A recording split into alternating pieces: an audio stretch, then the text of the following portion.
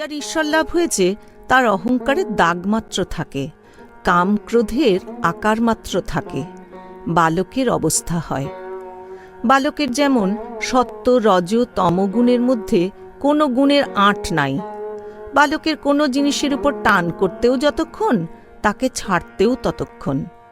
একখানা 5 টাকার কাপড় তুমি আধ পয়সার পুতুল দিয়ে ভুলিয়ে নিতে পারো, কিন্তু প্রথমে খুব আঁট করে বলবে এখন, না আমি দেব না, আমার বাবা কিনে দিয়েছে।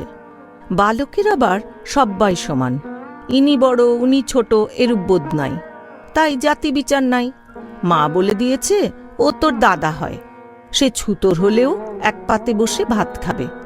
বালকের ঘৃণা নাই, সূচি অসুচি বোধ নাই, পায়খানায় গিয়ে হাতে মাটি দেয় না। কেউ কেউ সমাধির পরও ভক্তের আমি দাস আমি নিয়ে থাকে। আমি দাস তুমি প্রভু, আমি ভক্ত তুমি ভগবান, এই অভিমান ভক্তের থাকে, ঈশ্বর লাভের পরও থাকে।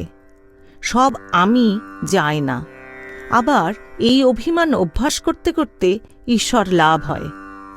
এরই নাম ভক্তিযোগ।